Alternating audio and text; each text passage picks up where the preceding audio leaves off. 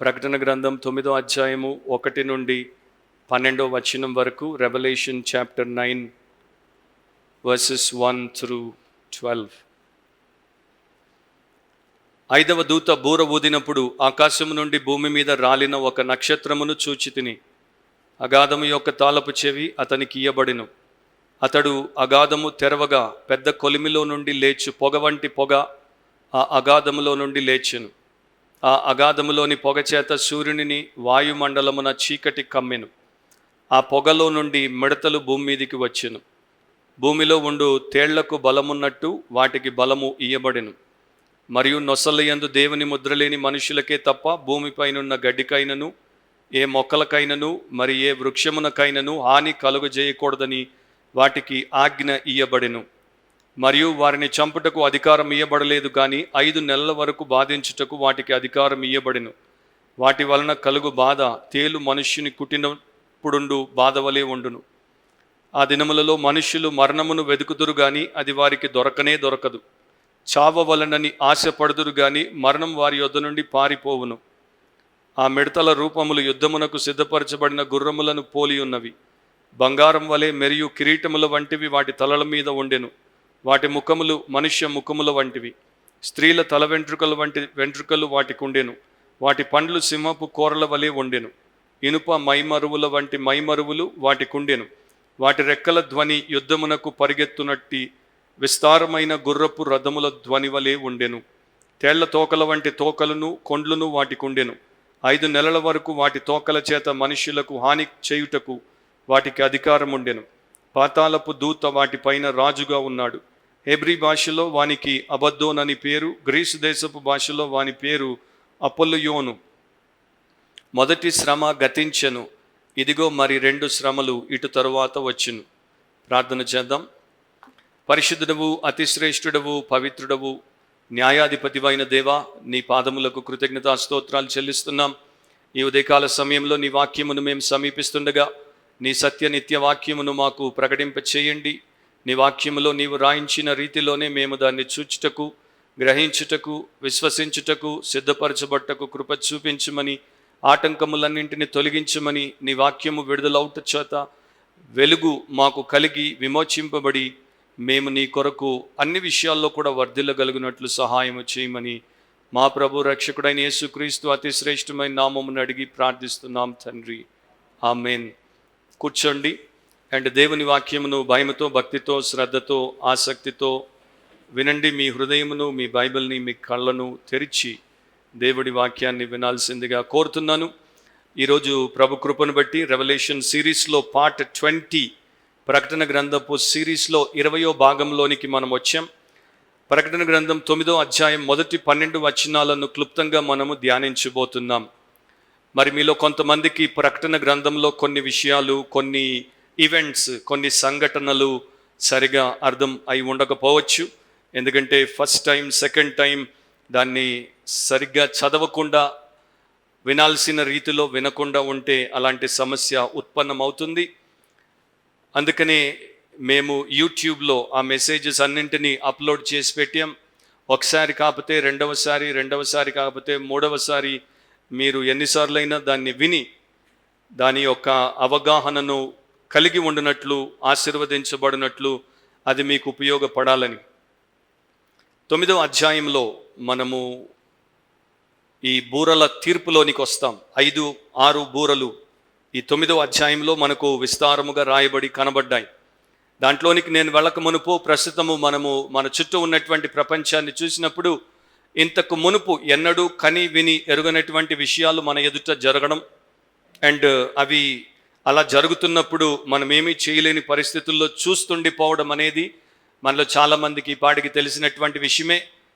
వరదలు, పెద్ద పెద్ద భారీ వర్షాలు, ఎప్పుడు కురవనటువంటి వర్షాలు, 1000 ఏళ్ల కాలంలో కురవనటువంటి వర్షాలు కురిసి వరదలుగా, మరి రోడ్లే నదులుగా మారిపోయి, ఇళ్ళు పూల్స్గా, అంటే ఆ యొక్క స్విమ్మింగ్ పూల్స్గా మారిపోయినటువంటి పరిస్థితులు చాలా ప్రాంతాల్లో మనకు కనబడుతున్నాయి. చైనా దేశంలో, యూరోప్లో అంటే చాలా దేశాల్లో, మిడిల్ ఈస్ట్లో, టర్కీలో, ఇండోనేషియాలో, ఇండియాలో అనేక చోట్ల ఈ యొక్క వరద, నీటి బాధ చాలా మందికి ఎదురవుతుంది, అది మనకు తెలుసు. దాంతోపాటు కొన్ని చోట్ల వైల్డ్ ఫైర్స్, అంటే అడవులు, దట్టమైనటువంటి అడవులు కాలిపోతున్నాయి. సైబేరియా లాంటి చల్లని ప్రాంతం, రష్యాలో కోల్డ్ సిటీ, లేకపోతే వింటర్లో కోల్డెస్ట్ సిటీగా ప్రపంచంలో పేరుగాంచినటువంటి పట్టణము ఈ రోజున తగలబడిపోతుంది. కారణం ఏంటంటే హీట్ వేవ్, ఎండ వేడి చేత అక్కడ అగ్ని రగులుకొని అడవులన్నీ కూడా తగలబడిపోతున్నాయి. అండ్ ఇంకా రకరకాల విషయాలు, కొత్త కొత్త వైరస్లు అన్నీ వస్తున్నాయి. అనేక దేశాల్లో నెమ్మది లేదు, యుద్ధము జరిగేటువంటి పరిస్థితులు. సో లోకంలో ఏదో సరిగా లేదు అనేది మనకు అర్థమవుతుంది. Something is wrong with our world. మన లోకంలో ఏదో తప్పు, ఏదో సరిగా లేదు అనేది మనందరికీ అర్థమవుతుంది. అండ్ చాలామంది దేవుడి తీర్పు, యేసు ప్రభు తిరిగి వస్తున్నాడు, ఆయన్ని లెక్క చేయని వారందరి సంగతి చూస్తున్నాడు అని రకరకాల కామెంట్లు, లేకపోతే పోస్టులు, లేకపోతే వీడియోలు సోషల్ మీడియాలో పెడుతూనే ఉన్నారు. ప్రకటన గ్రంథం 9వ అధ్యాయానికి వచ్చేసేసరికి 5వ దూత బూర ఊదినప్పుడు ఆకాశము నుండి భూమి మీద రాలిన ఒక నక్షత్రమును చూచితిని అని భక్తుడైనటువంటి యోహాను ప్రారంభించాడు. ఈ రోజున మనం కేవలము 5వ దూత యొక్క బూర ఊదినప్పుడు జరిగేటువంటి విషయాన్ని గురించే చూడబోతున్నాం. అయితే ఈ అధ్యాయంలో 2 బూరలు ఊదబడినప్పుడు గ్రహించాల్సినటువంటి విషయం ఏంటంటే, దయ్యములను లేక పిశాచులను లేక దుష్ట ఆత్మలను దేవుడు లోకములోనికి అనుమతిస్తాడు, వాటిని విడుదల చేస్తాడు. అవి మనుషుల మీద పడి వారిని పీడించి, వారిని హింసించి, వారిని బాధకు గురి చేసి మరి గొప్ప టార్చర్ ప్రపంచవ్యాప్తంగా కలిగిస్తాయి. అంత మాత్రమే కాదు, శారీరకంగా టార్చర్ ఉండడంతో పాటు మానసికంగా ట్రామా అంటారు, అంటే చాలా ఘోరమైనటువంటి మనోవేదన కూడా మనుషులకు కలుగునట్లు ఆయన చేస్తాడు. సో ఇవన్నీ కూడా తీర్పులు అని మనం చూసాం. ఆ మహాశ్రమల కాలంలో చివరి ఘట్టంలో, అంటే లాస్ట్ 3.5 yearsలో జరగబోయేటువంటి విషాదకరమైనటువంటి విషయములలో ఈ దయ్యముల చేత మనుషులు బాధించబడతారు. అంశం ఏంటంటే డిమానిక్ అటాక్, దయ్యముల దాడి. ఈరోజు నా సందేశం యొక్క అంశము దయ్యముల దాడి. మనుషుల దాడి, ప్రకృతి దాడి, ఇతరత్ర దాడి అనేది మనం ఇప్పటిదాకా చూసుకుంటూ వచ్చాం. ఇప్పుడు అసాధారణమైనటువంటి దయ్యముల చేత ప్రపంచంలో ఉన్నటువంటి మానవులు పీడించబడుట అని అంటే దాన్ని మనము ఊహించడము, అంచనా వేయడం కూడా కష్టమే.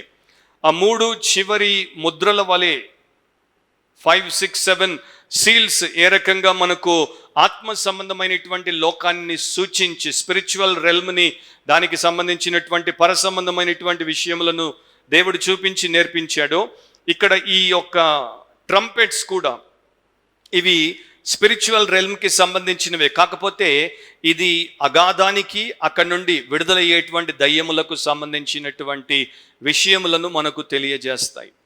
2 పాయింట్స్ ఉన్నాయి. 1 నుండి 6వ వచనం వరకు డిమానిక్ పర్సిక్యూటర్స్. మొదటి 6 వచనాల్లో డిమానిక్ పర్సిక్యూటర్స్, హింసించే దయ్యాలు అని మీరు రాసుకునేటువంటి వారు రాసుకోవచ్చు. సో యోహాను భక్తుడు చూస్తున్నాడు, వింటున్నాడు. విశేషమైనటువంటి రీతిలో ఆయనకు దర్శనాన్ని దేవుడు అనుగ్రహించాడు. 5వ దూత బూర ఊదినప్పుడు ఆకాశము నుండి భూమి మీద రాలిన ఒక నక్షత్రమును చూచితిని. ఆయనకు నక్షత్రాలను చూడడం అండ్ నక్షత్రాలకు సంబంధించినటువంటి వివరములు ఈ పాటికి మనము కొన్ని చూసుకుంటూ వచ్చేసాం. సో యోహాను ఒక నక్షత్రము పడుట చూడలేదు, కానీ పడినటువంటి ఒక నక్షత్రాన్ని చూశాడు. అదేంటో మీకు కాసేపట్లో అర్థమవుతుంది. ఈ నక్షత్రము 8వ అధ్యాయం 10వ వచనంలో ఉన్నటువంటి నక్షత్రం వంటిది కాదు. అక్కడ ఒక పెద్ద నక్షత్రము ఆకాశము నుండి రాలి నదుల 3వ భాగం మీదను నీటి బొగ్గల మీదను పడెను అని రాయబడి ఉంది. కానీ నక్షత్రము ఒక పర్సన్ని సూచిస్తోంది, ఒక వ్యక్తిని సూచిస్తోంది. అగాధము యొక్క తాళపు చెవి అతనికి ఇయ్యబడెను అని రాయబడింది గనుక ఇదొక కేవలము స్టార్ మాత్రమే కాదు, ఇదొక ఏంజల్, ఒక దేవదూత. అండ్ ఈ దూత ఒక వ్యక్తి, ఒక పర్సన్. ఆ పర్సన్కి దేవుడు ఈ యొక్క తాళపు చెవిని ఇచ్చాడు అనేది యోహాను చూశాడు. 1వ అధ్యాయం 20వ వచనంలో కూడా యేసుక్రీస్తు ప్రభు యోహానుతో మాట్లాడినప్పుడు, నా కుడి చేతిలో నీవు చూచిన 7 నక్షత్రములను గూర్చిన మర్మమును అని అక్కడ ప్రస్తావించాడు. 7 stars in my right hand అని యేసుప్రభు చెప్పినప్పుడు ఆయన యొక్క ఉద్దేశం ఏంటంటే అవి 7 ఆస్ట్రోనామికల్ స్టార్స్ కావు, ఖగోళానికి సంబంధించినటువంటి నక్షత్రాలు కావు, అవి పదార్థములు కావు, అవి వ్యక్తులు. సంఘములకు ఆయన నియమించినటువంటి సంఘ కాపర్లు, సంఘ పెద్దలు అనేది మనం ఈ పాటికి చూసాం. దాంతోపాటు ప్రపంచంలో మనకి ఈ యొక్క టర్మినాలజీలో మనం వాడేటువంటి భాషలో మనకు ఒక అలవాటు ఉంది. ఒక ఫేమస్ పర్సనాలిటీని లేకపోతే సమాజంలో గొప్పగా ఎంచబడినటువంటి సెలబ్రిటీని మనము సంబోధించినప్పుడు స్టార్ అని పిలుస్తాం. ఫిల్మ్ స్టార్ అని అంటాం, సినిమా తార అని అంటాం, మూవీ స్టార్ అని అంటారు, రాక్ స్టార్ అని అంటారు, స్పోర్ట్స్ స్టార్ అని అంటారు, సూపర్ స్టార్ అని అంటారు. అక్కడ స్టార్ అనేటువంటి పదాన్ని వినియోగించినప్పుడు ఆకాశానికి సంబంధించినటువంటి చుక్క గురించి వారు చెప్పట్లేదు, ఒక ప్రముఖ వ్యక్తి గురించి వారు మాట్లాడుతున్నారు. ఈ వ్యక్తి కూడా ఒక వ్యక్తి అన్నమాట. అండ్ ఈ వ్యక్తి పడినటువంటి వ్యక్తి, ఫాలన్ స్టార్. ఈ వ్యక్తి ఎవరు, ఈ యొక్క నక్షత్రం ఎవరు అన్న దాని మీద బైబిల్ పండితుల మధ్యలో విభేదాలు ఉన్నాయి. కొంతమంది దేవుని యొక్క మంచి దూతే పైనుండి దిగి వచ్చాడు, ఫాలన్ అంటే డిసెండెడ్ అన్నట్టుగా దాన్ని తర్జుమా చేశారు. మిగతా వారు మాత్రము పడుట అంటే ఫాలన్, దేవుడి యొక్క అనుగ్రహం నుండి పడిపోవడం, దేవుడి యొక్క కృప నుండి పడిపోవడం, దేవుడికి వ్యతిరేకంగా పోయి ఆయన పడగొడితే పడిపోవడం. కనుక ఇది మరెవరో అయి ఉండరు, ఇది సాతాను, అపవాది, మానవుల యొక్క ఆది విరోధి అని కూడా చెప్పారు. అండ్ దానికే ఎక్కువ ఆధారాలు ఉన్నట్లు బైబిల్ స్టడీలో మనకి అర్థమవుతుంది. ఎందుకంటే బైబిల్ స్టడీలో ఈ రకముగా పడినటువంటి నక్షత్రాన్ని గురించి అనేక చోట్ల మనం వచనాల్లో చదవచ్చు. ఇప్పుడు అక్కడ వాడబడినటువంటి ఆ గ్రీక్ గ్రామర్ ఏంటంటే పర్ఫెక్ట్ టెన్స్లో ఇది ఉంది. పర్ఫెక్ట్ టెన్స్లో అంటే ముందుగానే జరిగినటువంటి విషయం అన్నమాట. ప్రెజెంట్ టెన్స్ అంటే ప్రస్తుతం జరిగినటువంటి విషయం. సో ఇది గతంలో జరిగిపోయింది. ఆకాశము నుండి లేక పరలోకం నుండి ఒక నక్షత్రం తన కళ్ళ ఎదుట యోహాను పడ్డము ఆ సమయంలో చూడలేదు. ఆయన యొక్క భాషకు అర్థం ఏంటంటే అలా పడినటువంటి, గతంలో పడినటువంటి ఒక నక్షత్రాన్ని నేను చూస్తున్నాను. అండ్ గతంలో ఎవరు ఎక్కడ పడ్డారు అన్నదానికి బైబిల్ చాలా సంగతులు చెప్తోంది. నేను కొన్నింటిని మీ దృష్టికి తీసుకుని వస్తాను, ఎందుకంటే అది ఇక్కడ మనకు అవసరం. ప్రవక్తల్లో మీరు తీసుకున్నట్లయితే యెషయా ప్రవక్త 14వ అధ్యాయంలో 12వ వచనం నుండి చదువుతున్నాను, 15వ వచనం వరకు మీ బైబిల్స్లో మీరు గమనించండి. ఐజయా 14:12-15. నేను జాగ్రత్తగా ఎక్స్ప్లెయిన్ చేయను, చదివేటప్పుడే మీరు దాన్ని విన్నప్పుడు గ్రహించే ప్రయత్నం చేయండి. ప్రవక్త అయినటువంటి యెషయా రాస్తున్నాడు, తేజో నక్షత్రమా, వేకువ చుక్క, నీవెట్లు ఆకాశము నుండి పడితివి, జనములను పడగొట్టిన నీవు నేలమట్టం వరకు ఎట్లు నరకబడితివి. నేను ఆకాశమునకు ఎక్కిపోయేదను, దేవుని నక్షత్రములకు పైగా నా సింహాసనమును హెచ్చింతును, ఉత్తర దిక్కునున్న సభాపర్వతం మీద కూర్చుందును, మేఘమండలం మీదకి ఎక్కుదును, మహోన్నతునితో నన్ను సమానునిగా చేసుకొందును అని నీవు మనసులో అనుకొంటివి గదా. నీవు పాతాళమునకు, నరకములో ఒక మూలకు త్రోయబడితివే. సో ప్రవక్త ఈ అపవాది అయినటువంటి సాతాను గురించి రాసినప్పుడు అతడు ఎలా పతనమయ్యాడు, ఎందుకు పరలోకం నుండి పడద్రోయబడ్డాడు, దేవుడికి వ్యతిరేకంగా అహంకారముతో మిడిసిపడబోయినప్పుడు దేవుడు అతన్ని ఎలా అనగదొక్కి కిందికి తోశాడో దాని గురించి రాశాడు. మరొక ప్రవక్త పాత నిబంధనలోనే ఎహెచ్కేలు 28వ అధ్యాయంలో మీరు తిప్పి చూస్తే అక్కడ కూడా నేను 2 వచనాలు చదువుతాను, 14-15 వచనాలు. Ezekiel Chapter 28 verses 14 and 15. అభిషేకము నొందిన కెరూబువై ఒక ఆశ్రయముగా నీవుంటివి, అందుకే నేను నిన్ను నియమించి తిని. దేవునికి ప్రతిష్ఠింపబడిన పర్వతం మీద నీవుంటివి, కాలుచున్న రాళ్ల మధ్యను నీవు సంచరించుచుంటివి. నీవు నియమింపబడిన దినము మొదలుకొని పాపము నీ యందు కనబడు వరకు ప్రవర్తన విషయంలో నీవు యథార్థవంతుడవుగా ఉంటివి. కానీ ఏ రోజునైతే అతని హృదయంలో పాపం కనబడిందో, ఏ రోజునైతే అతని హృదయంలో దేవుడు గర్వాన్ని చూశాడో, ఎప్పుడైతే అతను దేవునికి పోటీదారుగా మారాడో అప్పటికి అతన్ని దేవుడు పడవేశాడు.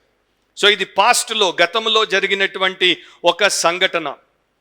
ప్రవక్తల తర్వాత ఇప్పుడు లూకా సువార్త 10వ అధ్యాయం 18వ వచనాన్ని చూసినప్పుడు స్వయంగా మన ప్రభు అయిన యేసుక్రీస్తు ఆయన శిష్యులకు ఇదే విషయాన్ని చెప్పాడు. లూక్ 10:18. ఆయన సాతాను మెరుపు వలె ఆకాశము నుండి పడుట చూచి తిని అని చెప్పాడు. సో ఆల్రెడీ అక్కడ కూడా మనం చూస్తున్నాం, యేసుప్రభు ముందుగానే యోహాను ఈ దర్శనాన్ని చూడక మునిపే ప్రస్తావించేశాడు. అండ్ యోహాను మరొక్కసారి ఆయన యొక్క దర్శనంలో ప్రకటన గ్రంథం 12వ అధ్యాయంలో 3-4 చదువుతాను తెలుగు బైబిల్లో. అంతటా పరలోకమందు ఇంకొక సూచన కనబడెను. ఇదిగో ఎర్రని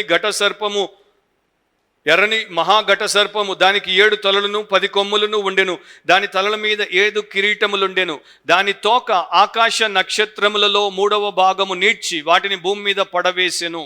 ఇక్కడ ఆకాశ నక్షత్రాలంటే ఏంజిల్స్, దేవుని యొక్క సేవలో ఉన్నటువంటి మంచి దూతలు. కానీ ఎప్పుడైతే సాతాను వాటిని ప్రేరేపించాడో అవన్నీ కూడా సాతానుతో పడిపోయాయి. ఆ సమయంలో అవన్నీ కూడా చెడ్డదూతలు అయిపోయాయి, దయ్యములైపోయాయి. సో రకరకాలుగా దేవుని వాక్యంలో సాతాను యొక్క పతనం గురించి మనకు రాయబడి ఉంది. ఇక్కడ జరిగేటువంటి విషయం ఏంటంటే, భూమి మీద ప్రకటన గ్రంథం 9వ అధ్యాయంలో మీరు చివరికి వచ్చి చదివితే వీరందరూ కూడా దయ్యములను పూజించేవారు. ఎవరి మీద అయితే దయ్యముల దాడి జరుగుతుందో వీరందరూ దయ్యములను పూజించేవారని చివరిలో 20-21 వచనాల్లో రాయబడి ఉంది. So demon worshippers, they wanted demons to rule over them. వారి మీద దయ్యములు పరిపాలించాలి అని వారు దయ్యాలని పూజించారు కనుక దేవుడు అనుకున్నాడు, దేవుణ్ణి, ప్రేమ స్వరూపి అయినటువంటి దేవుణ్ణి, పరిశుద్ధమైనటువంటి దేవుణ్ణి, మీ యొక్క రక్షకుడైనటువంటి దేవుణ్ణి మీరు రిజెక్ట్ చేశారు, కాలదన్యారు.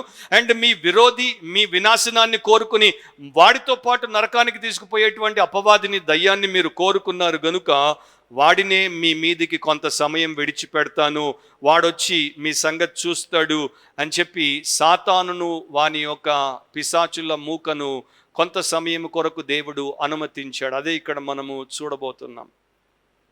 నాకు ఇంకా జ్ఞాపకం ఉంది, జర్మనీలో ఒక మిలిటరీ కపుల్, భార్యాభర్తలు ఇద్దరు కూడా జర్మన్లు, వారిద్దరూ సైనిక అధికారి అండ్ ఆయన భార్య. వారికి ప్రథమ సంతానము, ఫస్ట్ టైం ఆమె గర్భిణిగా ఉన్నప్పుడు ఆమె యొక్క బిడ్డ పుడతాడు. ఆ టైంలో వారికి మగబిడ్డ అవ్వచ్చు అనేటువంటి సూచన వారు చేశారు కనుక ఒక బాయ్ పుట్టబోతున్నాడు అని వారు సంతోషంతో హాస్పిటల్లో అడ్మిట్ అయ్యారు. ఆమెను ఏ రూమ్లో అయితే పెట్టారో ఆ రూమ్లో ఎవరో యేసుక్రీస్తు యొక్క ఫోటోను పెట్టారు, జీసస్ క్రైస్ట్ యొక్క పోర్ట్రేట్ని పెట్టారు. ఆమె ఆ ఫోటోని, నర్సుని పిలిచి చెప్పింది, ఈ యూదుడి ఫోటో మాకు అవసరం లేదు, దీన్ని ఇక్కడ నుండి తీసేయమన్నప్పుడు నర్సు చాలా సింపుల్గా చెప్పింది, దాన్ని తీసేటువంటి అధికారం నాకు లేదు. సో ఈమె నీ పై అధికారులను పోయి అడిగిరమ్మంటే నర్సు పోయి అడిగొచ్చింది, వారికి కూడా దాన్ని తీసే అధికారం లేదన్నప్పుడు ఈమె కోపం వచ్చింది. నా భర్త త్వరలోనే వస్తున్నాడు, వచ్చినప్పుడు ఆయనతో చెప్పి తీయిస్తానంది. ఇక కాన్పు రోజుకి ఆ సైనిక అధికారి వచ్చాడు. వచ్చినప్పుడు పై అధికారులతో మాట్లాడి ఆ యొక్క యూదుడి ఫోటో అక్కడి నుండి తొలగించండి, నా మగబిడ్డ పుట్టినప్పుడు వాడి కంట ఆయన యొక్క ఫోటో కనబడద్దు అని చెప్పి వాదం చేసి తీపించేటువంటి సమయానికి భార్యను ఆపరేషన్ థియేటర్లో వారు బిడ్డను వెలికి తీశారు. ఆ భార్య కన్నది, వర్తమానం భర్తకు వచ్చింది. అండ్ ఆ వర్తమానంలో పీడియాట్రిషియన్ వచ్చి స్వయంగా చెప్పినటువంటి మాట ఏంటంటే, your son is Born totally blind. నీ కుమారుడు పూర్తి గుడ్డితనంతో పుట్టాడు, వాడి లైఫ్లో ఎప్పటికీ చూడలేడు. వీళ్ళిద్దరు భార్యాభర్తలు ఆ యూదుణ్ణి, ఆ జీసస్, ఆ జ్యూవ్, ఆయన్ని మేము చూడొద్దు, మా కుమారుడు చూడొద్దు అని అనుకున్నారు. కానీ దేవుడు ఏం చేశాడంటే, ఓహో అట్లాగా, ఇక చూపేందుకు ఆయనే చూడకపోతే లోకానికి వెలుగునే మీరు చూడొద్దు అనుకుంటే ఇక మీకు చూపేందుకు చీకటి సరిపోతుందని వాడికి పుట్టుగుడ్డుతనాన్ని ఇచ్చేశాడు అని రాసినటువంటి వారు రాశారు. సో నా ప్రియ సహోదరి సహోదరులారా, బైబిల్లో ఒక తిరుగులేనటువంటి ప్రిన్సిపల్ ఉంది, మనిషి ఏమి విత్తుతాడో దాన్నే వాడు తిరిగి కోస్తాడు. Very simple. నేను ద్రాక్ష తోట వేస్తే ద్రాక్ష పండ్లనే కోస్తా, నేను మరి పనస తోట వేస్తే పనస పండ్లనే కోస్తా, మరొకటి కోయలేను. అది సృష్టిలో దేవుడు పెట్టినటువంటి నియమం. సో ఈ మనుషులందరూ దేవాది దేవుణ్ణి కాదన్నారు, దయ్యముల వెంట పడ్డారు గనుక దేవుడు వారికి యొక్క మహాశ్రమల కాలములో వాటిని విడుదల చేసి వీటితో మీ జీవితం ఎట్లా ఉంటుందో చూసుకోండి అని చెప్పి స్వయంగా ఒక ప్రాక్టికల్ ఎక్స్పీరియన్స్ని ఇచ్చాడు అన్నమాట. అగాధము యొక్క తాళపు చెవి అతనికి ఇయ్యబడెను. అగాధము యొక్క తాళపు చెవి, అగాధములోనికి నేను పోక మునుపు, మిమ్మల్ని అగాధంలోనికి నేను తీసుకుపోక మునుపు తాళపు చెవి గురించి నేను ఇక్కడ ఒక మాట చెప్పాలి. ఎందుకంటే ప్రకటన గ్రంథంలో కీ లేకపోతే సెట్ ఆఫ్ కీస్, తాళపు చెవులు అనేవి కూడా చాలా కీలకమైనటువంటి పాత్రను పోషిస్తాయి. దేవుడు వాటిని మన దృష్టిలోనికి తీసుకుని వచ్చాడు కనుక మనం తెలుసుకోవడం ముఖ్యం. మొట్టమొదటిసారి తాళపు చెవి గురించి మనము, లేకపోతే ప్లూరల్లో ఉంది తాళపు చెవుల గురించి ఎప్పుడు చదివాము మీ జ్ఞాపకం ఉండొచ్చు. 1 అధ్యాయం 18వ వచనంలో, మరియు మరణము యొక్కయు పాతాళ లోకము యొక్కయు తాళపు చెవులు నా స్వాధీనములో ఉన్నవి అని మన ప్రభు అయిన యేసు చెప్పాడు.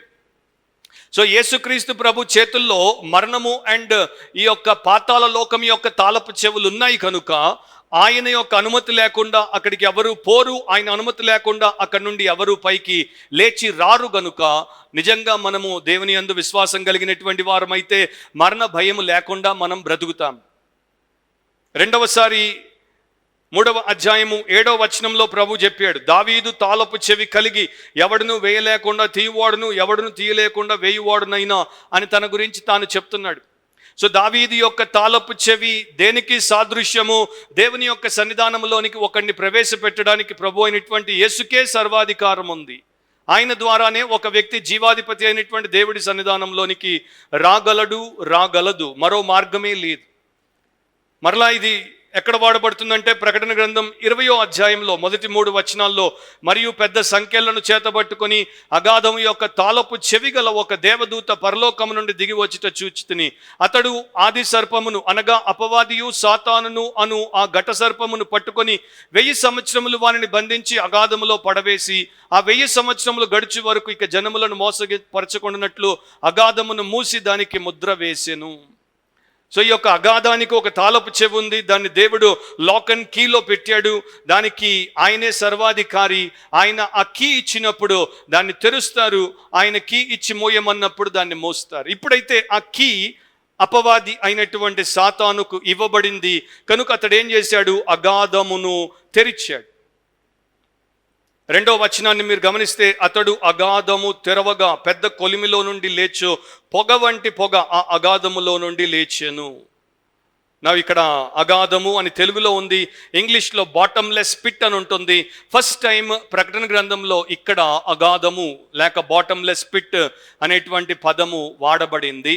గ్రీకులో అబుసోస్, ఇంగ్లీష్లో దాన్ని అబిస్ లేకపోతే పిట్ లేకపోతే బాటమ్లెస్ పిట్ అని వారు ట్రాన్స్లేట్ చేశారు. అబుసాస్ అంటే వితౌట్ బాటమ్ అని అర్థం, కింద అడుగు లేకుండా అని అర్థం. డెప్త్ అంటే లోతును కలిగి ఉన్నటువంటి ఒక అగాధం. ఇంకో రకంగా ది అండర్ వరల్డ్ అని అంటారు. అండర్ వరల్డ్ అంటే పైన ఉన్నటువంటి లోకానికి కింద ఉన్నటువంటి మరొక లోకం. సో ఇది ఆ హీబ్రూలు లేకపోతే తర్వాత వచ్చినటువంటి వారందరి యొక్క విశ్వాసం ఏంటంటే, భూమిలో పైనుండి లోతుగా భూమి మధ్యలోనికి, కోర్ ఆఫ్ ది ఎర్త్ లోనికి ఒక షాఫ్ట్ అంటే పైన చిన్నగా ఉండి దానికి మూత ఉండి తాళం వేయబడి కిందికి పోతున్న కొలది అలా విస్తరిస్తూ విస్తరిస్తూ విస్తరిస్తూ పోయినటువంటి ఒక ఎండ్లెస్ పిట్, అగాధము, కూపము అక్కడ లోతులో మనకు ఉంది. దేవుడు ఆ రకంగా దాన్ని పెట్టాడు అని వారు నమ్మేవారు. సో దాని యొక్క వివరాల్లోనికి మనం వెళ్ళలేం, ఎందుకంటే మనకు అగాధ కూపము లేకపోతే అగాధము అని దేవుడు చెప్పాడు, అంతటితో మనం సరిపెట్టుకోవాలి. అయితే 7 సార్లు ప్రకటన గ్రంథంలో దానితో మరి దేవుడు కొన్ని విషయాలు మనకు నేర్పిస్తాడు. ఎందుకంటే మనుషుల యొక్క జీవితంలో దాని పాత్ర ఏ రకంగా ఉండగలదో దాని గురించి కూడా నేర్చుకోవడానికి ఆయన మనకు చూపిస్తాడు. న్యూ టెస్టిమెంట్లో గ్రీకులో చాలా రకాలైనటువంటి పదములు మృతుల లోకానికి, పాతాళ లోకానికి, సమాధికి, లేకపోతే దేవుడు కొంతమంది చెడ్డదూతలను బంధించి పెట్టినటువంటి స్థావరానికి సూచనగా మనకు వాడబడ్డాయి. ఆ స్టడీ వేరే స్టడీ, అది ఇప్పుడు చేసేటువంటి అంటే అంత స్టడీని చేసేటువంటి సమయం ఇది కాదు. కాకపోతే ఒక వచనాన్ని నేను ఇక్కడ మీకు జ్ఞాపకం చేస్తాను. 2వ పేతురు 2వ అధ్యాయము 4వ వచనాన్ని చదివినప్పుడు, దేవదూతలు పాపము చేసినప్పుడు దేవుడు వారిని విడిచిపెట్టక పాతాళ లోకమందలి కటిక చీకటి గల బిలములలోనికి త్రోసి తీర్పునకు కావలిలో ఉంచబడుటకు వారిని అప్పగించెను.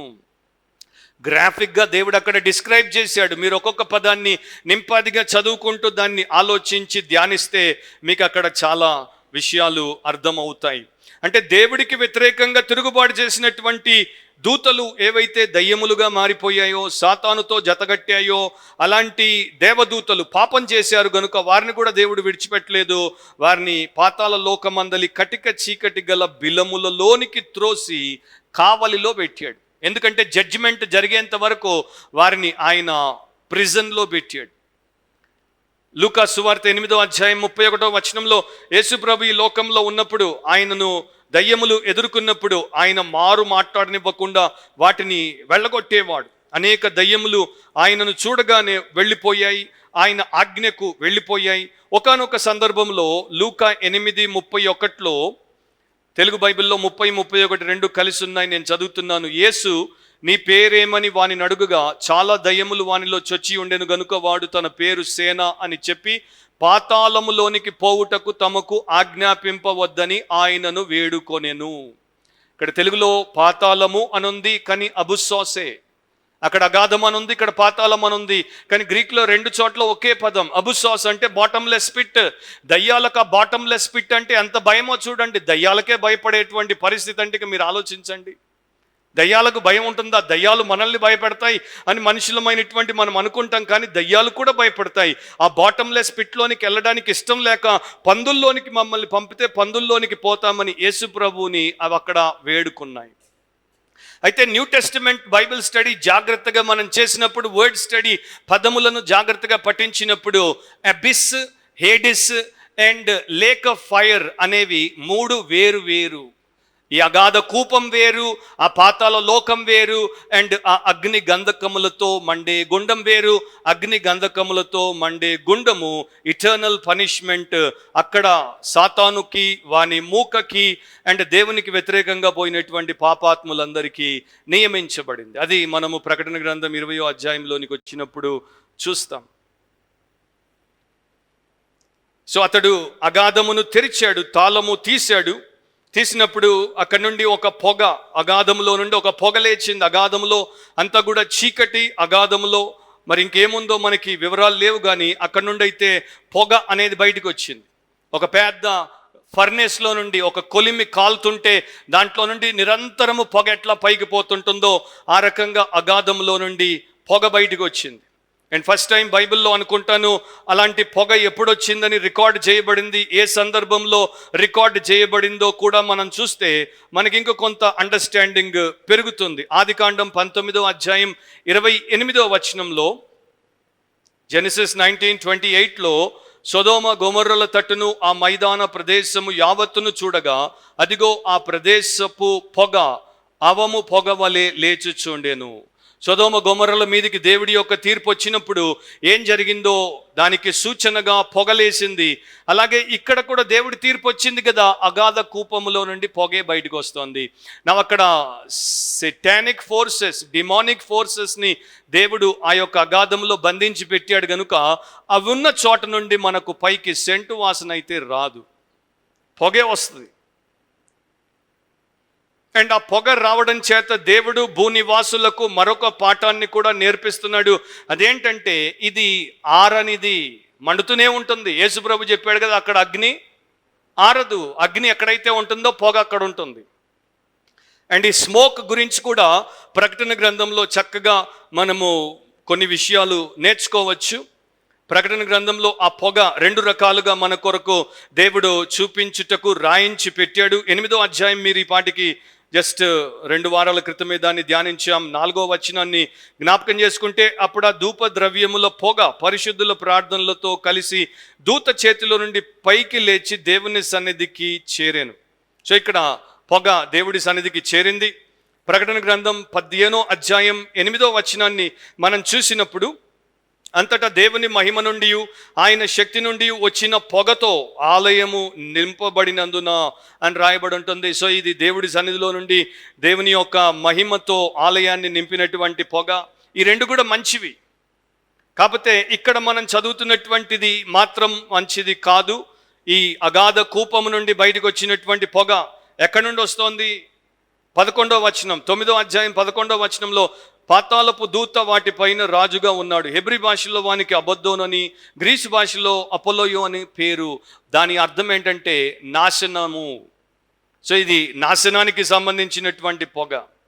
ఇది మామూలు పొగ కాదు. 9వ అధ్యాయంలోనే 17-18 వచనాలు కూడా మనం చూసినప్పుడు మరలా అక్కడ రెండో గ్రూప్ ఆఫ్ దయ్యాలు వచ్చినప్పుడు ఆ దయ్యములు వాటి యొక్క నోళ్లలో నుండి అగ్ని, ధూమ, గంధకములు బయలు వెడులుచుండెను. ఆ అగ్ని ధూమ గంధకముల చేత మనుషులలో 3వ భాగము చంపబడెను. సో ఈ పొగ చంపే పొగ. ప్రకటన గ్రంథం 18వ అధ్యాయంలో 9వ వచనం, దానితో, ఇది బబులోనికి సంబంధించి, దానితో వ్యభిచారం చేసి సుఖభోగములను అనుభవించిన భూరాజులు దాని బాధ చూచి భయాక్రాంతులై దూరమున నిలబడి దాని దహన ధూమమును చూచున్నప్పుడు, అది కాలిపోవడం చూసినప్పుడు, అక్కడే 17వ వచనం కూడా చూడండి, వారందరూ దూరముగా నిలిచి దాని దహన ధూమమును చూచి.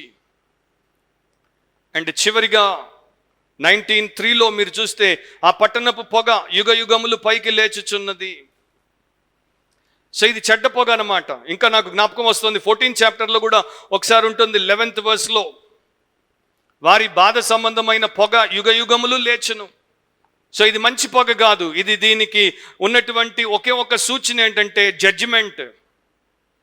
జడ్జిమెంట్ యొక్క వార్నింగ్. అంటే ఈ పొగ సూర్యుని, వాయుమండలమును అంటే ఎయిర్ని, గాలిని చీకటితో కమ్మేసింది.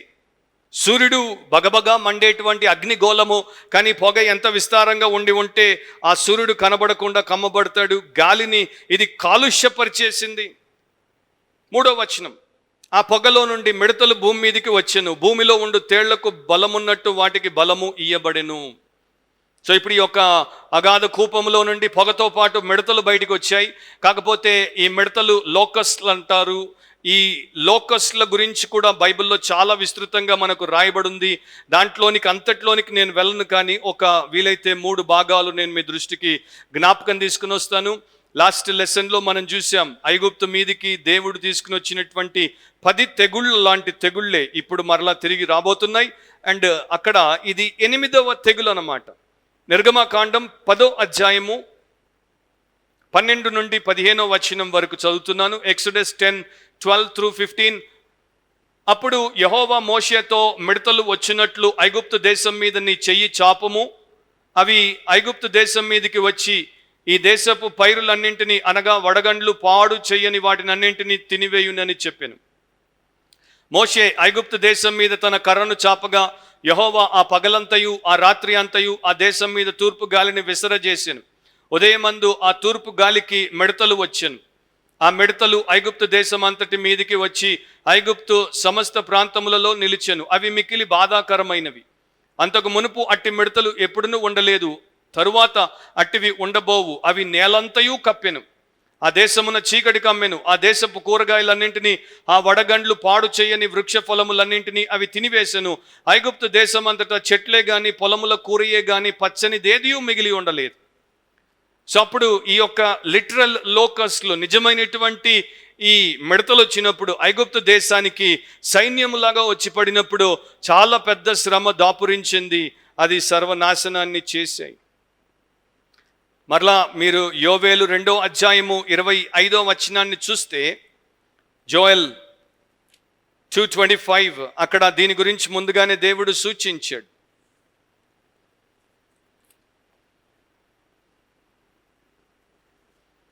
మీరు కడుపార తిని తృప్తి పొంది మీ కొరకు వింత కార్యములను జరిగించిన మీ దేవుడైన యెహోవా నామమును స్తుతించున్నట్లు నేను పంపిన మిడతలను, గొంగలి పురుగులను, పసరు పురుగులను, చీడ పురుగులను అను నా మహాసైన్యము. దేవుడు వాటిని తన మహాసైన్యం అని అంటున్నాడు. తినివేసిన సంవత్సరముల పంటను మీకు మరలా నెత్తును. సో ఆ రకంగా దేవుడు పాత నిబంధన సమయంలో ఐగుప్తు కాలంలో వాటిని వినియోగించి ఆయన తీర్పును లోకం మీద ప్రకటించాడు. మీకు జ్ఞాపకం ఉండొచ్చు, పోయిన సంవత్సరం మరి చాలా ప్రాంతాల్లో ప్రపంచంలో మిడతలు మరలా వచ్చాయి. మన భారతదేశానికి కూడా వచ్చాయి, మన తెలంగాణకు కూడా వస్తాయని ప్రభుత్వం వారు కూడా కొన్ని మరి పరిష్కార మార్గాలు వెతుక్కున్నారు. అది మీకు జ్ఞాపకం ఉండొచ్చు.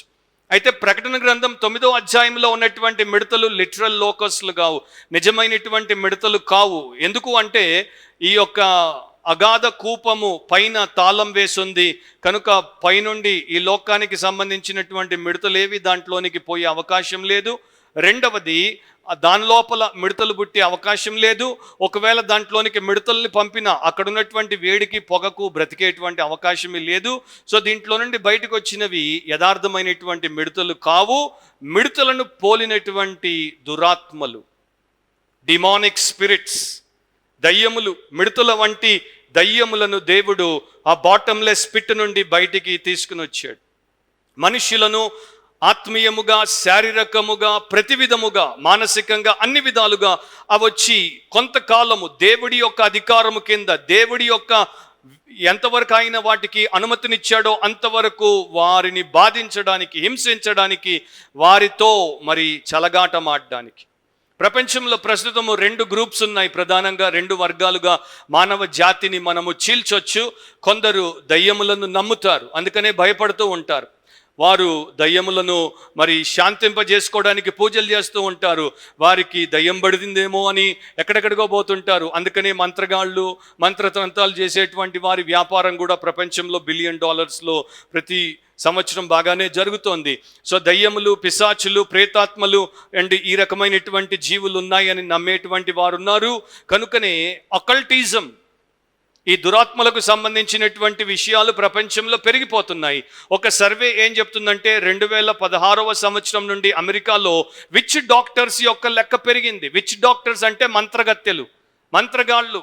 చాలామంది మనుషులకు వారి యొక్క సమస్యలు దయ్యాల వల్ల వస్తున్నాయి అని చెప్పి వీరిని సంప్రదించి వాటిని శాంతింపజేసి సమస్యలకు పరిష్కారం వెతుక్కోవడానికి విచ్ డాక్టర్ల దగ్గరికి పోతున్నారు. అమెరికా లాంటి సూపర్ పవర్, టెక్నాలజికలీ అడ్వాన్స్డ్ దేశంలో ఈ రోజున విచ్ డాక్టర్లు పెరుగుతున్నారంటే మిగతా వారి సంగతి ఏంటి?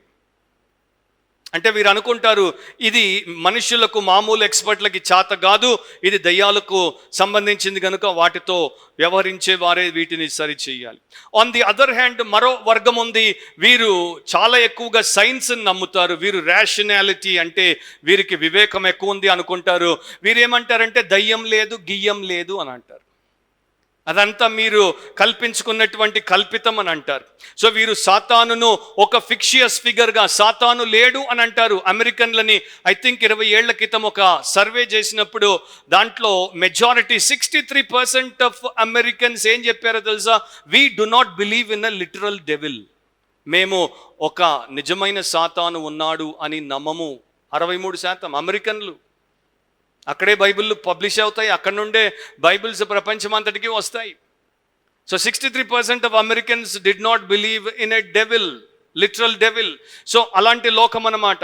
కనుక ఈ రోజున ప్రకటన గ్రంథంలో ఇలాంటిది రాబోయే దినాల్లో జరగబోతోంది అన్నప్పుడు చాలామంది కొట్టిపారేస్తారు. ఒక బైబిల్ కామెంటేటర్ దాని గురించి చక్కని ఉదాహరణ ఇచ్చాడు. లండన్ నగరంలో 1666 సంవత్సరంలో బుబోనిక్ ప్లేగ్ అనేటువంటి ప్లేగ్ వచ్చినప్పుడు, అది చాలా మందిని పొట్టన పెట్టుకొని చంపేస్తున్నప్పుడు లండన్లో ఉన్నటువంటి ద కాలేజ్ ఆఫ్ ఫిజిషియన్స్, ఇదొక వైద్యుల బృందానికి సంబంధించినటువంటి వ్యవస్థ, వారు ఒక ప్రకటన చేశారు ఆ దేశ ప్రజలకి. ఏంటంటే ఈ యొక్క ఫ్రెష్ ఎయిర్లోనే మనకి ప్రమాదం ఉంది కనుక ఆ ఫ్రెష్ ఎయిర్ రోగాన్ని తీసుకుని వస్తుంది.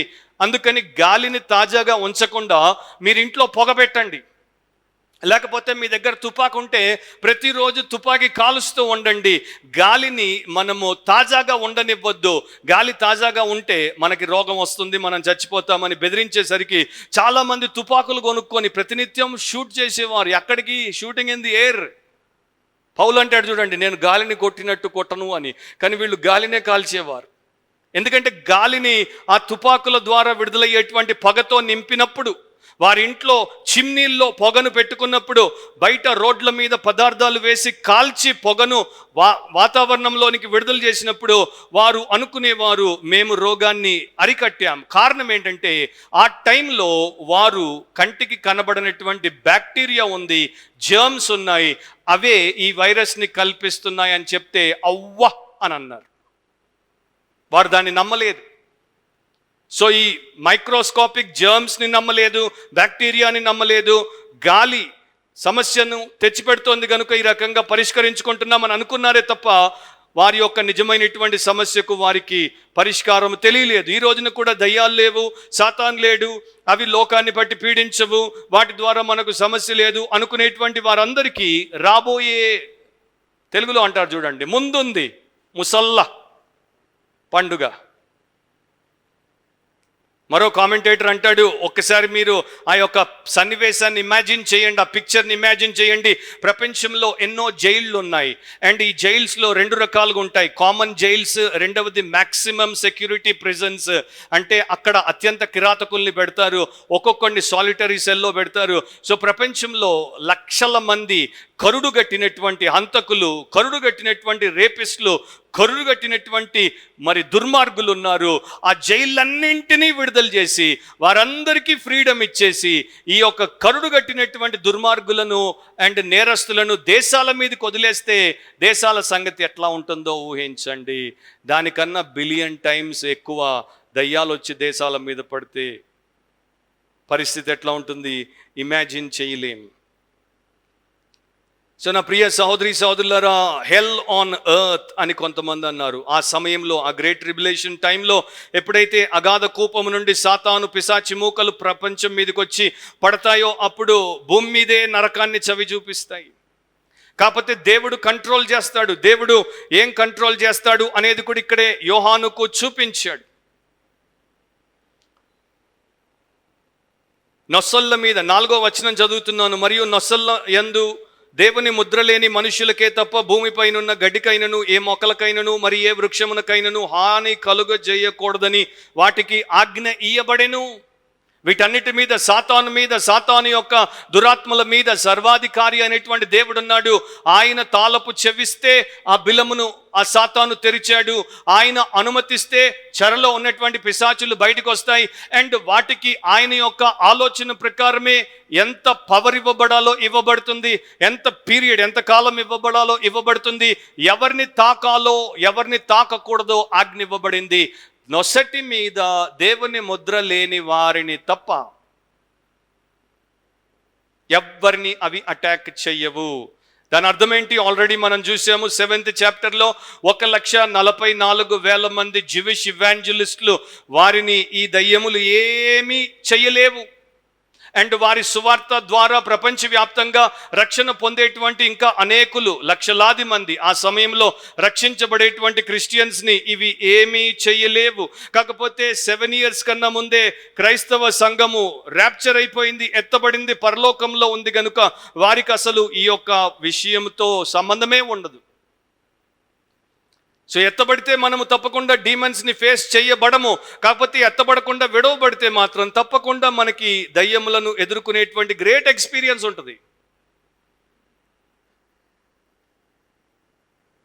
ఐగుప్తు మీదకి వచ్చినటువంటి మిడతలేమో గడ్డిని అండ్ వృక్షములను, పండ్లను అన్నింటినీ నాశనం చేశాయి. కానీ ఇక్కడ దేవుడు వాటిని తాకొద్దని చెప్పాడు. అండ్ ఇవి దయ్యాలు, ఇవి మిడతలు కావు కనుక వీటికి గడ్డితో, ఆ యొక్క మొక్కలతో, వృక్షాలతో పనే లేదు. కాకపోతే ఒక సీక్వెన్స్, న్యాచురల్ ఎన్వైరన్మెంట్లో ఒక సీక్వెన్స్ని దేవుడి వాక్యం ఇక్కడ మనకు చూపిస్తోంది. కింద గడ్డి, తర్వాత మొక్కలు, ఆ తర్వాత పెద్ద వృక్షాలు, 3 రంగాలుగా ప్రపంచంలో వెజిటేషన్ని దేవుడు పెట్టాడు. మీరు అనొచ్చు 8వ అధ్యాయంలో గడ్డి అంతా గాలిపోయింది కదా, మళ్ళీ 9వ అధ్యాయంలో గడ్డి ఎక్కడి నుండి వచ్చింది? మేబీ కొంత టైం దేవుడు ఇచ్చుంటాడు. దానికి దీనికి మధ్యలో గడ్డి మొలవడానికి ఎంత టైం పడుతుంది చెప్పండి? ఫ్యూ డేస్లో గడ్డి మొలిచేస్తుంది.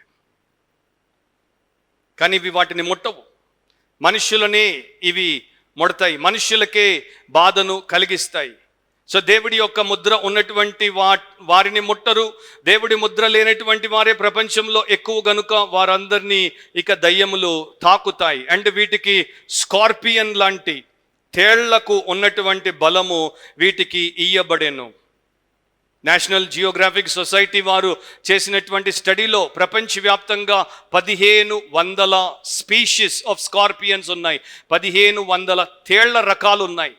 ప్రపంచమంతటా తేళ్లు మనకు కనబడతాయి. అంటార్క్టికా అనేటువంటి ఒక్క ప్రదేశంలోనే తేళ్లు లేవు.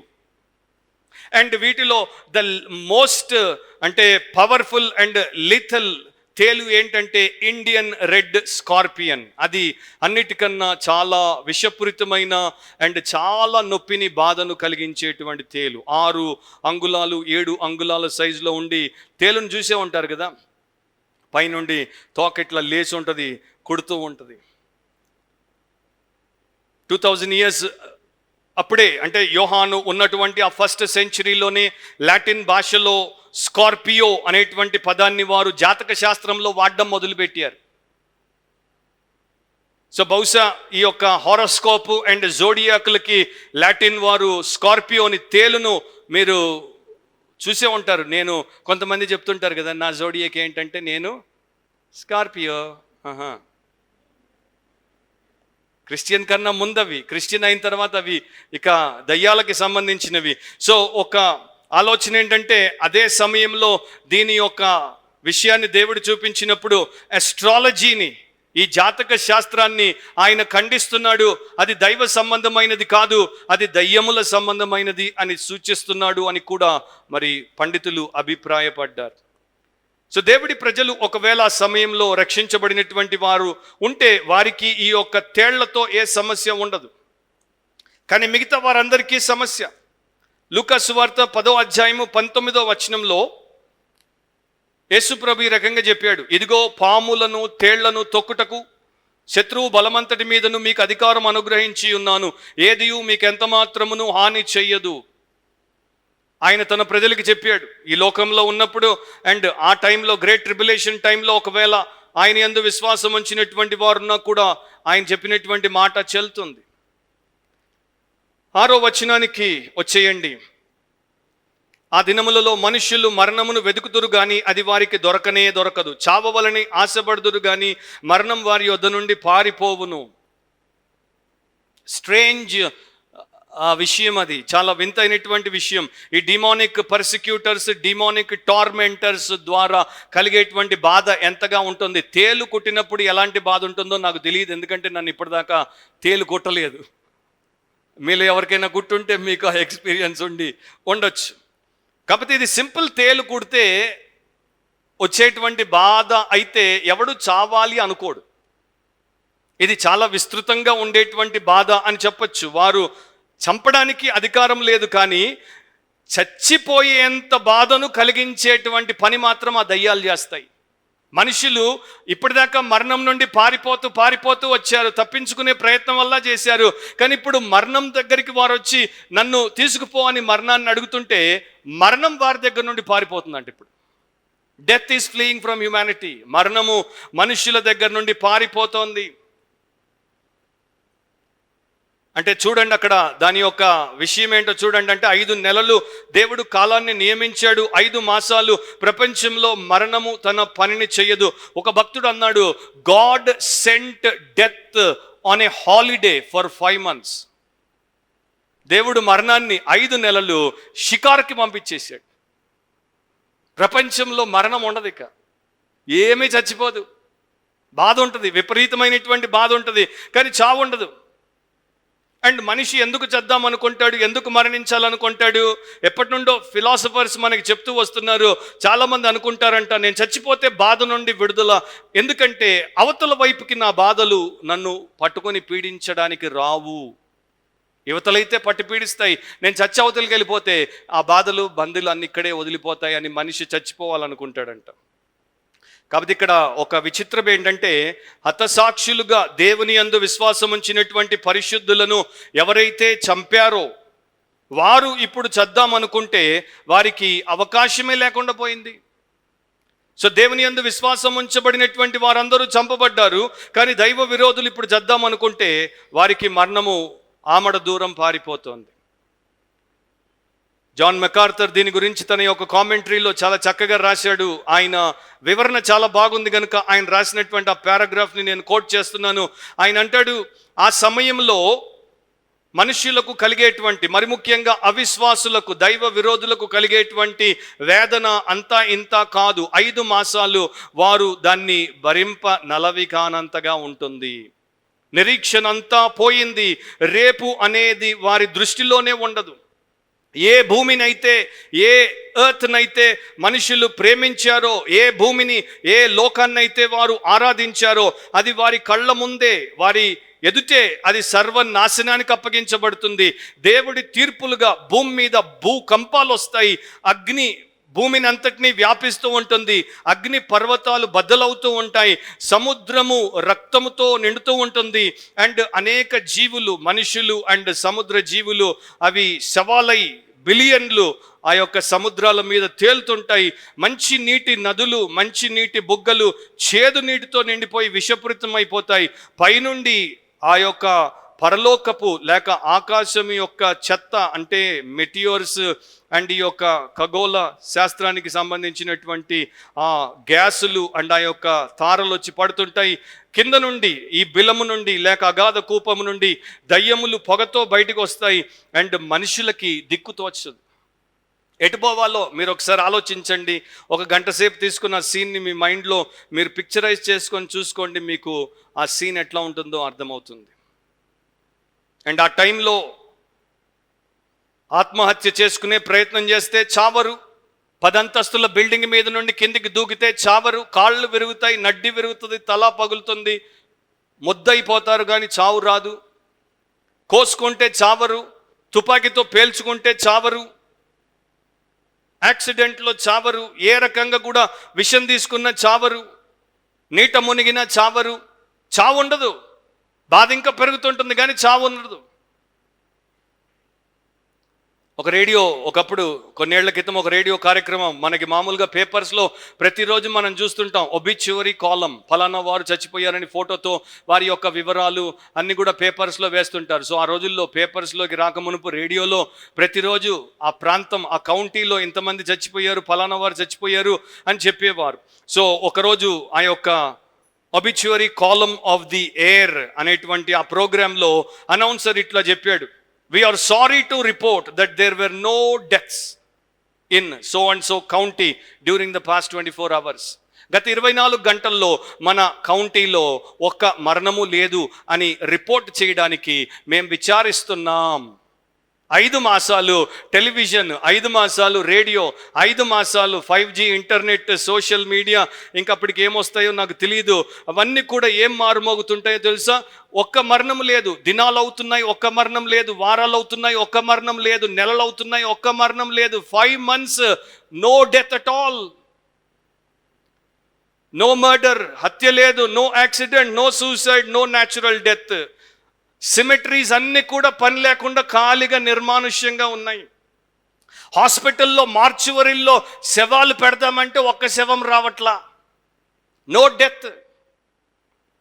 అయినా కూడా విచిత్రం ఏంటంటే 9వ అధ్యాయం చివరికి వచ్చి చూస్తే ఇలాంటి భయానకమైనటువంటి బాధను అనుభవించిన తర్వాత కూడా ఈ దుర్మార్గులు ఇంకా దేవుడి వైపు తిరిగి మారు మనసు పొందరు.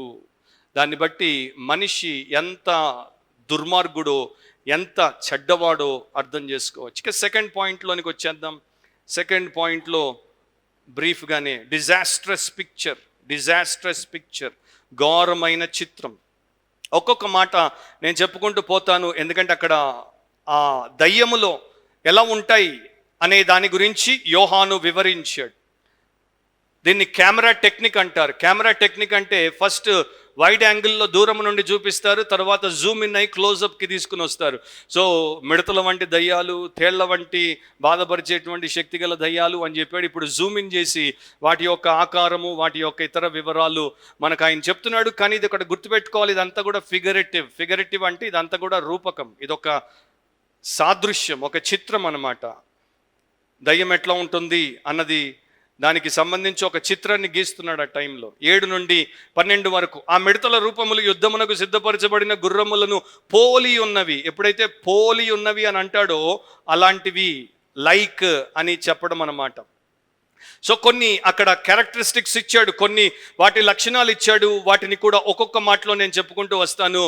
యుద్ధానికి సిద్ధపరచబడినటువంటి గుర్రములు, యుద్ధానికి సిద్ధపరచబడినటువంటి గుర్రములు అని అంటే దాని అర్థం ఏంటంటే వాటికి చక్కని ట్రైనింగ్ ఉంది, వాటికి చక్కని సిద్ధపాటు ఉంది, తర్ఫీదు ఉంది, సిద్ధపాటు ఉంది. ఎలా పడితే అలా ప్రవర్తించవు, ఒక క్రమములో అవి ప్రవర్తిస్తాయి. అండ్ గుర్రములు యుద్ధానికి సిద్ధపరచబడినప్పుడు విస్తారముగా సిద్ధపరచబడతాయి, అవి వాటి మార్గంలోనే ముందుకు సాగిపోతాయి. సో ఈ దయ్యములన్నీ కూడా సిద్ధపరచబడ్డాయి, తర్ఫీదు పొందాయి, వాటికి ఒక గమ్యం ఉంది, అదే దిశలో అవి పయనిస్తాయి, వాటి పనిని అవి చేసుకుంటూ వెళ్ళిపోతాయి. అండ్ ప్రియమైనటువంటి సహోదరి సహోదరులారా, లోకంలో చెడు ఎప్పుడు కూడా ఎట్లా చూపించబడుతుందంటే చాలా శక్తివంతమైనదిగా అండ్ తిరుగులేనటువంటిదిగా చూపించబడుతుంది. సో ఇక్కడ దేవుడు చూపిస్తున్నాడు అవిశ్వాసులకు, దీన్ని మీరు తట్టుకోలేరు, ఇది మీ మీద దాడి చేసినప్పుడు దీని దాడి నుండి మీరు బయటపడలేరు. దేవుడిని ఆశ్రయించినటువంటి ప్రతి పాపాత్ముడికి వాడి పాపము కింద వాడు పతనమైపోవడం తప్పితే మరొకటి అవకాశమే లేదు. రెండవ క్యారెక్టరిస్టిక్ని మీరు గమనిస్తే, వాటికి బంగారము వలె మరియు కిరీటముల వంటివి తలల మీద ఉండెను.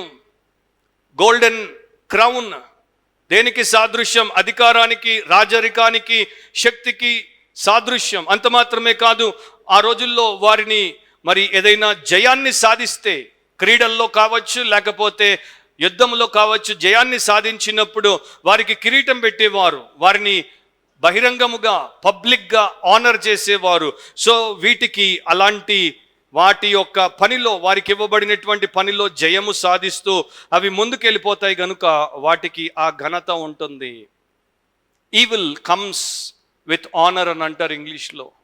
అంటే చెడులో వారు ఘనతను కలిగి ఉంటారు. సుప్రీంకోర్టు మన భారతదేశంలో ఉన్నటువంటి రాజకీయ నాయకుల గురించి, ప్రభుత్వం చేయాల్సినటువంటి కొన్ని విషయాల గురించి సూచించింది ఎప్పుడో. ఏమని చెప్పిందంటే, క్రిమినల్ రికార్డు ఉన్నటువంటి వారు రాజకీయాల్లోనికి రాక మునుపు ఇంతకాలం వారిని పరీక్షించాలి. 5 ఏళ్ళు, 7 ఏళ్ళు, 10 ఏళ్ళు, మర్డరర్ అయితే, రేపిస్ట్ అయితే, లేకపోతే ఎగ్గొట్టేటువంటి వాడైతే, ఈ రకంగా వారిని చూసిన తర్వాతే వారికి అవకాశం ఇవ్వాలి. కానీ పెద్దగా మనోళ్ళు పట్టించుకోరు. అంటే ఈ రోజున మన పార్లమెంటులో మన దేశ చట్టాలు, మన దేశపు న్యాయాలు కాపాడాల్సినటువంటి వారిలో ఎక్కువ మంది ఎవరున్నారు? క్రిమినల్స్ ఉన్నారు. సో క్రైమ్కి అండ్ క్రిమినల్స్కే ఘనత ఉంటుంది, పొజిషన్ ఉంటుంది, డిగ్నిటీ ఉంటుంది. సో ఆ రకంగా ఈ పిశాచులు ముందుకు సాగుతాయి. వీటికి మనుషుల వంటి ముఖములు. మనిషి దేవుడు సృష్టించినటువంటి క్రీచర్స్ అన్నిట్లోకెల్లా అత్యంత intelligent creature. Human being is the most intelligent being in the entire universe. కాకపోతే ఆ తెలివి దారి తప్పింది కనుక దాన్ని తప్పులకు వాడతారు మానవులు. సో మనిషి ముఖం అంటే మనిషికి ఉన్నటువంటి చాకచక్యం అనండి, తెలివితేటలు అనండి, కుతంత్రం అనండి, అన్ని డిసీట్ఫుల్నెస్ అనండి, మోసపూరితమైనటువంటి లక్షణం అనండి, వీటికి ఉంటాయి. అదే కదా కావాల్సింది. నువ్వు చేసింది నీకు తిరిగి రావాలంటే నీలాంటి వారే నిన్ను, యాకోబుకి లాభానే సరిపోతాడు, అంతే కదా. సో మనిషి ఇప్పుడు దాకా జిత్తులు ఎత్తులు వేశాడు కదా, ఇవి కూడా వాడిని అదే ప్రకారం మోసగించడానికి వస్తాయి. స్త్రీల వంటి తల వెంట్రుకలు వాటికి ఉండెను. నా స్త్రీల వంటి తల వెంట్రుకలు ఉన్నాయి అంటే దాంట్లో 2 అభిప్రాయాలు పండితులు వెల్లబుచ్చారు. అండ్ జాగ్రత్తగా చదివితే దాని యొక్క అర్థాన్ని మనం గ్రహించవచ్చు. స్త్రీకి తల వెంట్రుకలు బైబిల్ ప్రకారం 1 కొరింథీ 11వ అధ్యాయం ప్రకారము ఆమె యొక్క మహిమగా ఇవ్వబడ్డాయి. They were given to her as her glory. So నిజంగా ఒక స్త్రీ అందమైనదా అని ఎప్పుడు మనం చెప్పొచ్చు అంటే ఆమెకున్నటువంటి తల వెంట్రుకలు. అందుకని కొన్ని సంస్కృతుల్లో స్త్రీల తల వెంట్రుకలను విరబోసుకొని అందరూ చూడ్డానికి అవకాశం ఇవ్వరు. ఎందుకంటే చూసినోడు టెంప్ట్ అయిపోతాడు. దాంట్లో అంత సెడక్టివ్ పవర్ ఉంది. స్త్రీ యొక్క వెంట్రుకలను విరబోసినప్పుడు ఒకడిని ఆకర్షించేటువంటి శక్తి ఉంది అని కొన్ని సంస్కృతుల వారు, కల్చర్స్ వారు ఎప్పుడో 1000 ఏళ్ల క్రితమే నమ్మారు కనుక కప్పి పెడతారు. సో ఇది ల్యూరింగ్, చార్మింగ్ అంటే ఈ దయ్యాలు వారితో వ్యవహరించినప్పుడు ఆ రకంగా వారిని మరి ఆడవారు ఆకర్షించినట్టు ఆకర్షించవచ్చు. అబ్షాలోముకి చాలా పొడవాటి వెంట్రుకలు ఉండేవి. అతడు చాలా అందగాడు.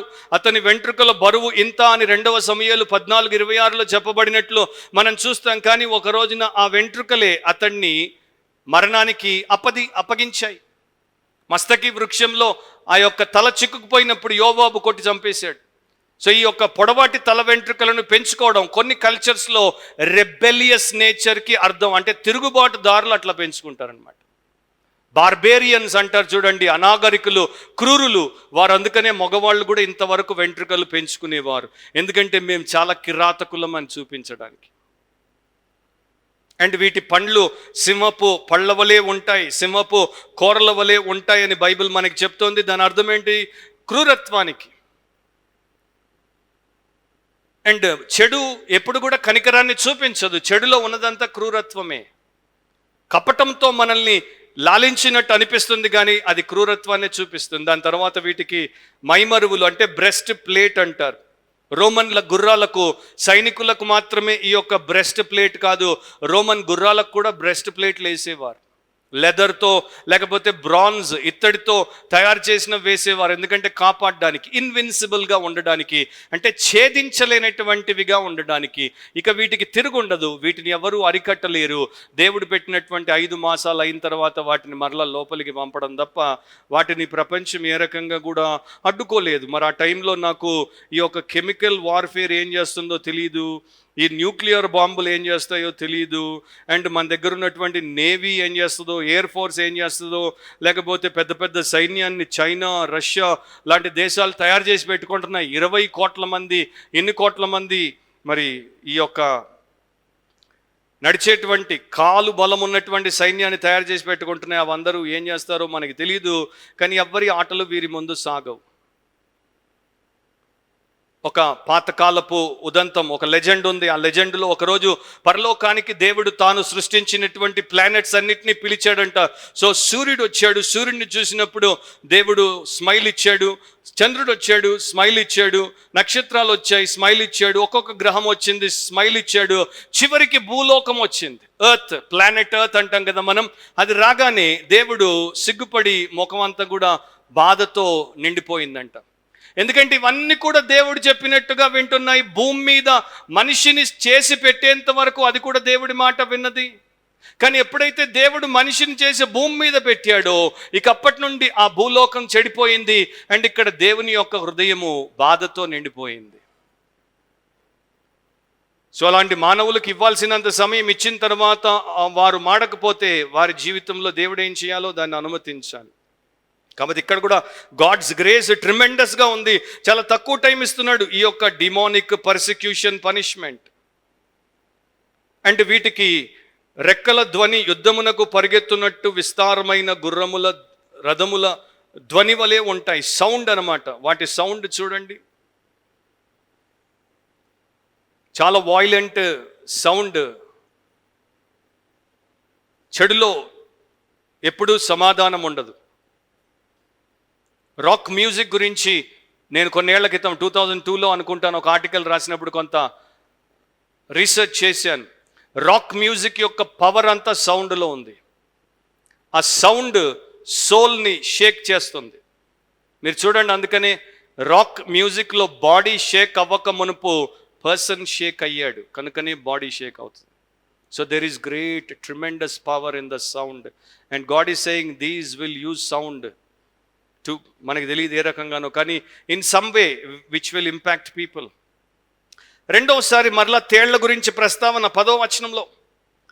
తేళ్ల తోకల వంటి తోకలు, కొండ్లు వాటి కొండును, 5 నెలల వరకు వాటి తోకల చేత మనుషులకు హాని చేయుటకు వాటికి అధికారం ఉండేను. మరలా అధికారం ఉండేను. So without permission the devil cannot touch your hair. దేవుడి అనుమతి లేకుండా సాతాను నీ తల మీద ఉన్నటువంటి ఒక్క వెంట్రుకను తాకలేడు, నీ ఇంటిని తాకలేడు, నీ వంటిని తాకలేడు, నీది దేన్ని తాకలేడు. అయితే నీవు దేవుడికి అధికారానికి లోబడినప్పుడు అప్పుడు అపవాదిని ఎదిరిస్తావు, అపవాది పారిపోతాడు. లేకపోతే ఇక నువ్వు దేవుడికి వ్యతిరేకిగా ఉండి దేవుడిని ఎదిరిస్తే నువ్వు ఉండేది అపవాది ఒడిలో. అండ్ ఈ 5 అనేది కూడా ఒక చక్కని అంటే స్టడీ మీరు చేసుకోవచ్చు. 5 అన్నది బైబిల్లో చాలా చక్కటి నంబరు.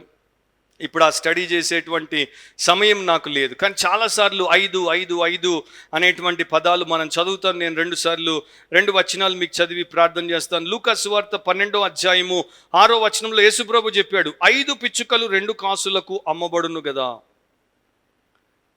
1 కొరింథీ 14వ అధ్యాయంలో అపోస్తలులైనటువంటి పౌలు సంఘానికి రాసినప్పుడు ఆయన కూడా ఇలా రాశాడు. 19వ వచనం, అయినను సంఘములో భాషతో 10,000 మాటలు పలుకుట కంటే ఇతరులకు బోధ కలుగునట్లు నా మనసుతో 5 మాటలు పలుకుట మేలు. 5 పిచ్చుకలు, 5 మాటలు. దాని యొక్క అర్థం ఏంటంటే ఫ్యూ, కొన్ని అని అర్థం దానికి. అంటే 5 మాసాలు దేవుడి వైపు నుండి కొన్ని నెలలే నీకు దయ్యముల చేత హింస, కొన్ని నెలలే నీకు పిశాచుల చేత పీడ, కొన్ని నెలలే నీకు వాటి యొక్క వేదన. కానీ నిజంగా మీరు ఆలోచించండి, 5 నెలలు బాధపడ్డం అంటే కొన్ని నెలల. బాధపడేవాడికి తెలుస్తుంది అంటారు మనుషులు. కాకపోతే ఇక్కడ నా ప్రియ సహోదరి సహోదరులారా, ఈ 2 సార్లు ఎందుకని దాని స్టింగ్ గురించి మాట్లాడుతున్నాడు? 5 నెలలు దాని యొక్క కుట్టు, దాని యొక్క స్టింగ్కే మీరు ఇంత బాధపడితే, అంతము లేని కాలము, యుగ యుగములు యుగ యుగములు యుగ యుగములు యుగ యుగములు యుగ యుగములు అగ్ని గంధకాలతో మండే గుండములో మీరు నరకాన్ని ఏ రకంగా అనుభవిస్తారు. సో ఇక్కడ దేవుడి వాక్యం మనకేం చెప్తోంది? ఈ యొక్క సాతాను మీద, సాతాను మూకల మీద, దురాత్మల మీద యేసుక్రీస్తే సర్వాధికారి. వాటిని ఆరాధించేటువంటి వారందరికీ దేవుడు మరొక అవకాశం, మారు మనసు పొంది జీవము గల దేవుడి వైపు తిరగడానికి అనుగ్రహిస్తున్నాడు. అండ్ మూడవది, ఆయన వారికి తీర్పునిచ్చినా కూడా దాన్ని కుదించి ఆయన కనికరాన్ని ఎక్కువగా చూపిస్తున్నాడు. ఫ్రాన్సిస్ పీరా అనేటువంటి ఒక ఇటాలియన్ భ్రష్టుడు చనిపోయే ముందు ఈ మాటలు పలికి చనిపోయాడు. కానీ ఇవి చాలా దుర్మార్గపు మాటలు. ఆయన ఏమన్నాడు? దేవుని కనికరం కన్నా నా పాపము గొప్పది. నేను యేసుక్రీస్తుని తెలిసే విసర్జించాను. నేను కఠినాత్ముడనైపోయాను. నాకు అసలు నిరీక్షణే లేదు అని అన్నాడు. కానీ అదొక అబ్సల్యూట్ లై, అదొక అబద్ధం. ఎంత ఘోరమైనటువంటి పాపమైన దేవుని కృప ఎదుట ఎందుకు పనికిరాదు? ఎందుకంటే దేవుని కృప ప్రతి పాపము కన్నా చాలా గొప్పది. భూమి మీద ఆకాశం ఎంత ఎత్తుగా ఉందో దేవుని కృప అంత ఎత్తుగా ఉంది. ఎవడైనా సరే మారు మనసుతో దేవుడి వైపు తిరిగితే, యేసు ప్రభు దగ్గరికి వచ్చి ఆయన పాదాలు పట్టుకొని పాపం ఒప్పుకొని విడిచిపెడితే వాడు క్షమించబడతాడు. సో ప్రాణం ఉన్నంత వరకు క్షమించబడేందుకు అవకాశం ఉంది. అలా లేదు అనుకునేటువంటి వారు మోసపోతున్నారు, ఇతరులను మోసగిస్తున్నారు. 11వ వచనంలో, పాతాళపు దూత వాటిపైన రాజుగా ఉన్నాడు. హెబ్రీ భాషలో వానికి అబద్దోన్ అని పేరు, గ్రీసు దేశపు భాషలో వాని పేరు అపోలోయోను. ఇక్కడ కూడా పండితుల మధ్యలో అభిప్రాయ భేదం ఉంది. కొందరు సాతానే అని అంటారు, మిగతా వారు సాతాను అయి ఉండకపోవచ్చు, సాతాను యొక్క చీఫ్ ఏజెంట్ అయి ఉంటాడు అని అంటారు. మామూలు మిడతలకు రాజు ఉండడు. సామెత 30వ అధ్యాయము 27వ వచనం మీరు చదువుకోండి. కానీ ఈ సాతాను మూకలకు రాజున్నాడు. అండ్ హెబ్రీ భాషలో అబద్దోన్ అని, గ్రీసులో అపోలియోన్ అనేటువంటి పేర్లు, రెండింటికి నాశనము చేయువాడు.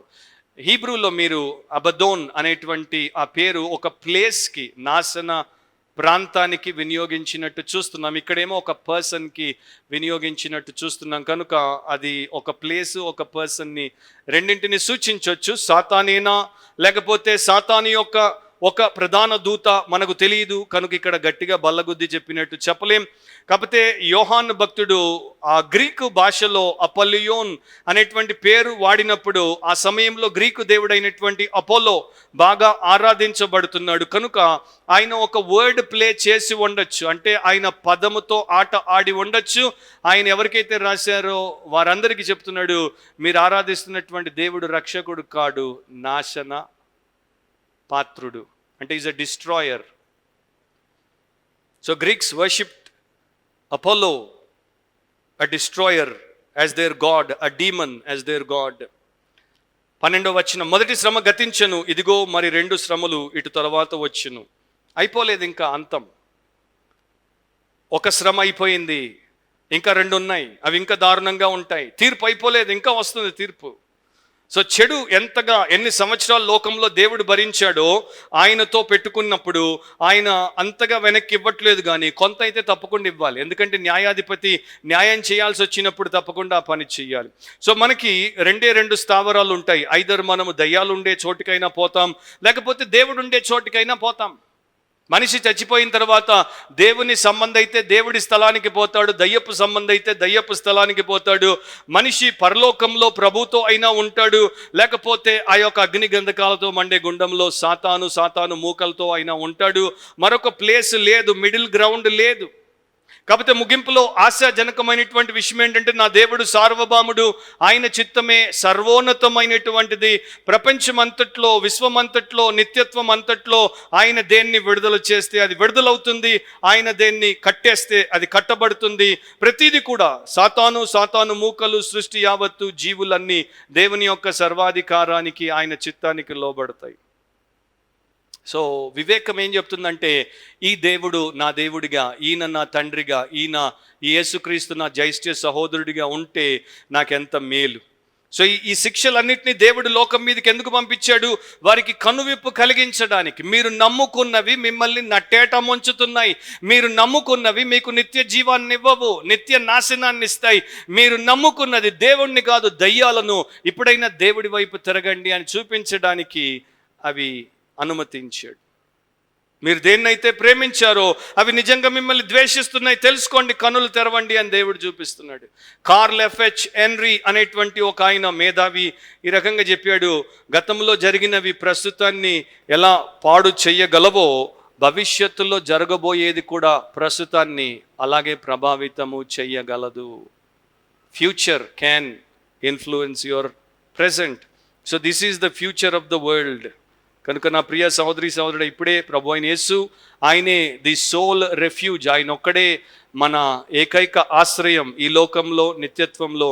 ఆయన్ని నమ్మి పాప క్షమాపణ పొంది ఆత్మరక్షణ పొంది నిత్య జీవానికి వారసత్వాన్ని జీవ గ్రంథంలో పేరును కలిగి ఉంటే మనము సంఘము ఎత్తబడినప్పుడు ఎత్తబడతాం. వీటన్నింటిని చూసే వరకు మనం ఈ లోకంలో ఉండం. అలా మనల్ని మనం సిద్ధపరచుకుందాం. ఇంకా నీవు పాప క్షమాపణ పొంది రక్షణ పొందకపోతే దేవాది దేవుడి వైపు ఇదే సమయం, ఇదే క్షణం ఇక్కడే తిరుగు. నీ పాపము తెలిసి తెలియక చేసిన ప్రతి పాపము ఒప్పుకో, విడిచిపెట్టు, మారు మనసు పొందు. యేసునందు విశ్వాసంతో ఆయన వైపు తిరిగి నీ జీవితాన్ని సమర్పించు. ప్రేమగల మా తండ్రి, మాకు ముందుగానే మీ సువార్తను పంపించి మాకు కనువిప్పును కలిగించి మాకు దోషారోపణ చేసి నేను నా పాపమును, మేము మా పాపములను గ్రహించి ఒప్పుకొని విడిచిపెట్టి నీ రక్తంలో కడుగబడి శుద్ధి చేయబడి నీ ఆత్మతో ముద్రింపబడి నీ వాక్యముతో నిత్యత్వం కొరకు సిద్ధపరచబడ్డానికి సంఘంలో మమ్మల్ని పెట్టినందుకు నీకు కృతజ్ఞతాస్తుతులు చెల్లిస్తున్నాం. అవును ప్రభువా, మేము రక్షించబడ్డామని సంతోషించక ఇలాంటి దుస్థితిలోనికి, దయ్యముల చేత బాధింపబడే స్థితిలోనికి త్వరలోనే ఈ పెద్ద లోకంలో ఉన్నటువంటి అసంఖ్యాకమైన కోట్ల మంది పోబోతున్నారు. కనుక వారికి సువార్త ప్రకటించుట, వారి ఎదుట సాక్షులముగా మేము ఎత్తబడేంత వరకు జీవించుట, అది మా ధన్యత, మా బాధ్యత అని మాలో ప్రతి ఒక్కరు గుర్తించి ఆ ప్రకారం జీవించుటకు సహాయము చేయమని యేసు పరిశుద్ధ నామమును అడిగి ప్రార్థిస్తున్నాం తండ్రి. ఆమేన్, ఆమేన్.